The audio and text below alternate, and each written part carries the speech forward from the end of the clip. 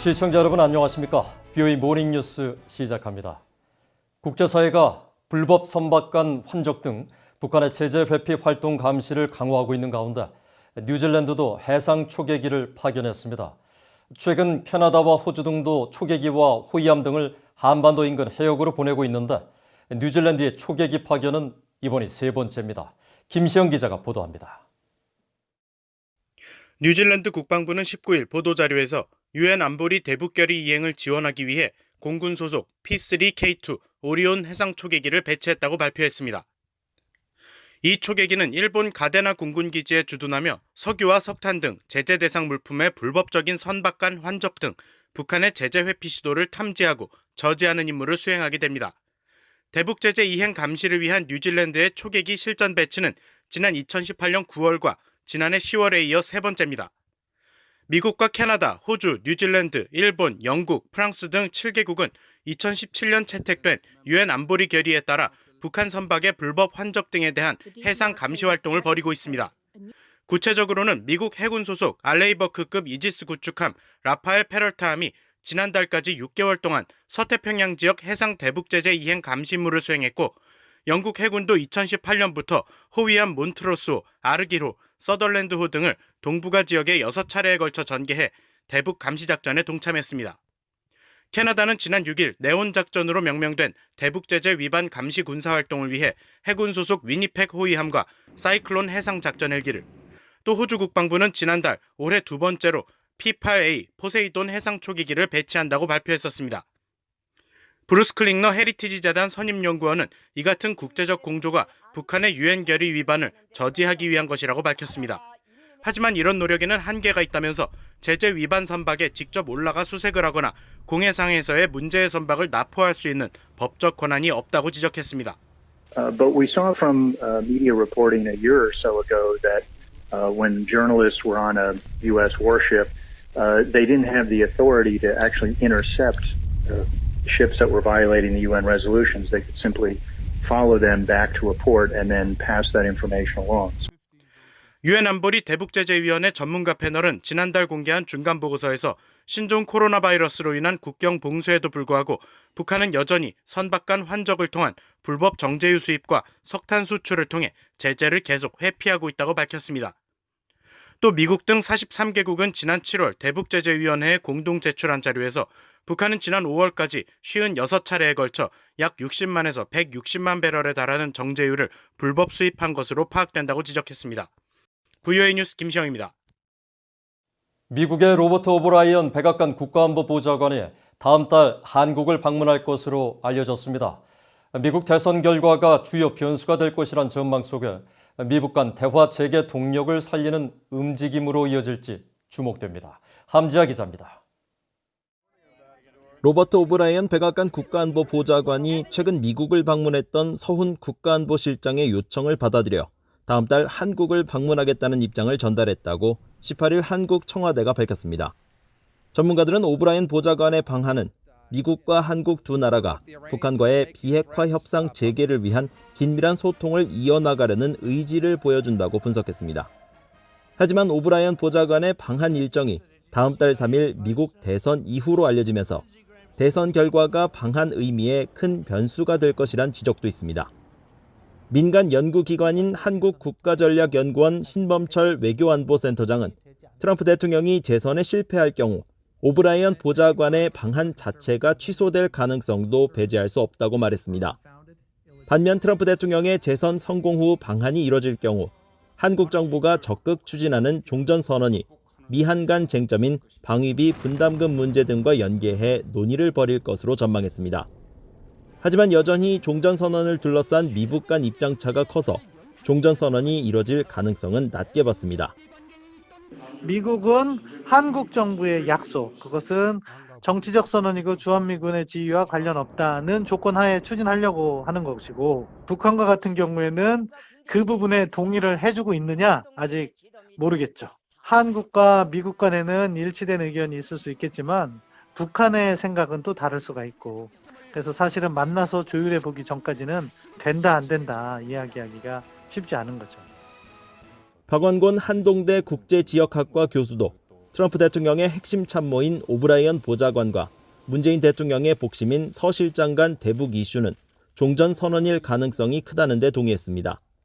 다만 섣부른 종전선언 합의에 미국 국무부의 반대가 거센 데다 트럼프 대통령이 재선된다고 해도 북한 이슈가 우선순위에서 밀릴 가능성이 크다고 지적했습니다.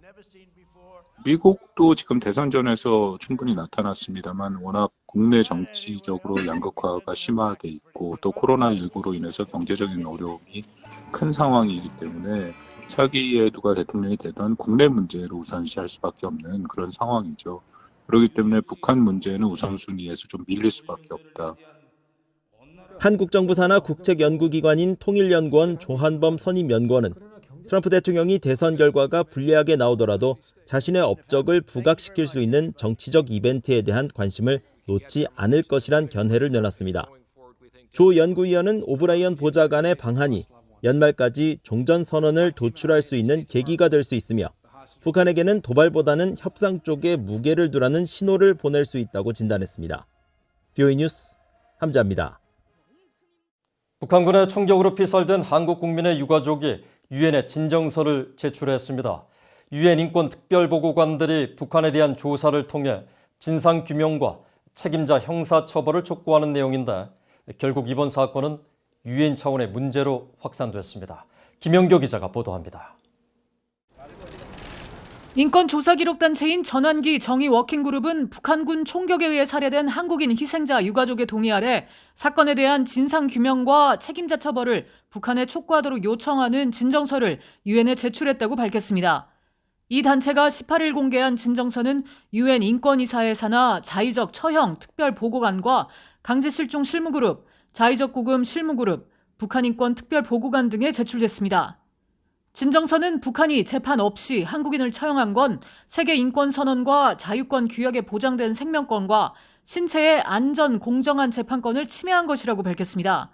앞서 이 단체와 희생자의 형 이래진 씨는 한국 국회 국민의힘이 주최한 간담회에 참석해 이번 사건에 대한 문제점들을 지적했습니다. 국제인권법 관련해서 이번에 이제 북한군에 의한 이제 우리 해수부 공무원 특별 총살은 당연히 이제 그 인권법에 나와 있는 생명권과 그리고 신체 안전 등 다른 이제 주요 인권들 보편적인 인권을 침해한 중대한 이제 사태를 할 수 있습니다.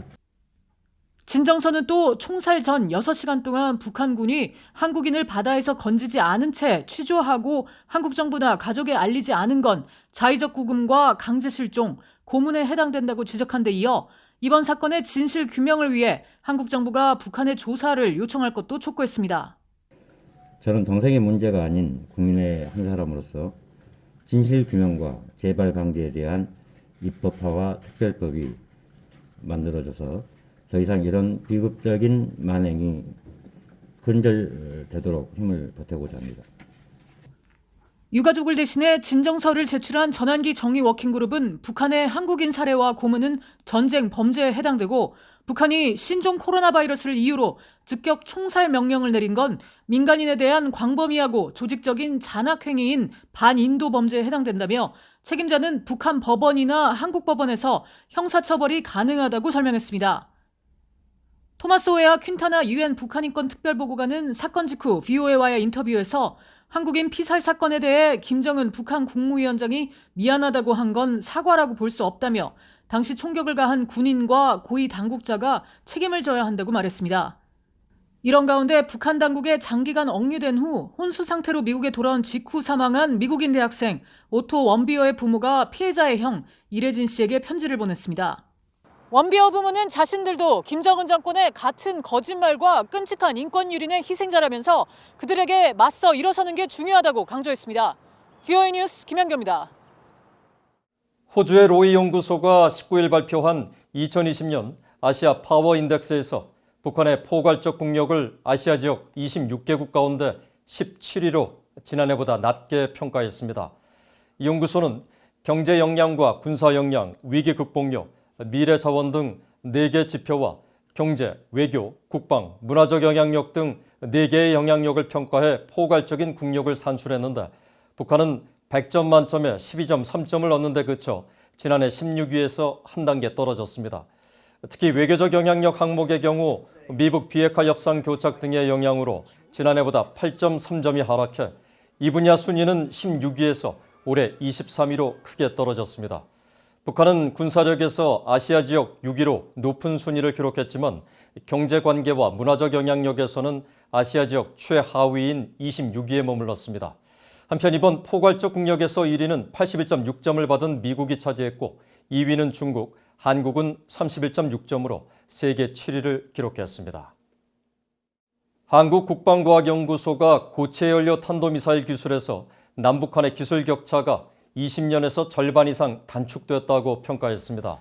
남세규 국방과학연구소장은 20일 한국 국회에서 열린 국정감사에서 고체연료 탄도탄이나 미사일 쪽은 한국이 20년 앞서 있었다고 생각했지만 북한의 열병식을 보고 이 격차가 절반 이상 단축됐다는 생각을 했다고 말했습니다. 고체연료를 사용한 미사일은 기존 액체연료 미사일에 비해 발사 준비 시간이 크게 단축되는 것으로 알려져 있으며 이날 남 소장도 고체 미사일 발사 준비 시간이 10분에서 15분이면 가능하냐는 질문에 그렇다고 대답했습니다. 남 소장은 이어 북한 정권이 지난 10일 열병식에서 공개한 무기들에 대해 5년 전보다 굉장히 실용적으로 발전하고 있다는 것을 느꼈다며 특히 열병식에 등장한 무기 24종 가운데 11종이 신형 무기라고 말했습니다. 그러면서 방사포도 기존 200mm와 300mm에서 600mm를 개발하는 등 최근 10년 동안 북한의 무기 기술이 진척되고 있다는 의견을 밝혔습니다. 북한의 인권 문제에 대한 한국 정부의 적극적인 대처를 촉구하는 집회가 한국에서 열렸습니다. 북한 인권단체인 북한 주민도 대한민국 국민이다와 한반도 인권과 통일을 위한 변호사 모임은 19일 서울에서 공동 개최한 집회에서 한국 정부가 조속히 북한인권재단 이사 추천 등 북한 인권 개선에 대한 노력을 기울여야 한다고 지적했습니다. 이들 단체들은 최근 중국 포털 사이트에 탈북 여성들에 대한 인신매매 광고가 올라오고 있다며 한국 정부가 중국 내 탈북자를 대한민국 국민이라고 선언하는 방식으로 이 문제 해결에 적극 나서야 한다고 촉구했습니다. 한편 이날 참가자들은 한국 정부가 북한 인권을 소홀히 다루는 사이 한국 공무원 피살 사건이 발생한 것이라면서 이 문제에 대한 대책 마련도 촉구했습니다. 이상으로 BOE 모닝뉴스를 마칩니다. 시청해주신 여러분 고맙습니다.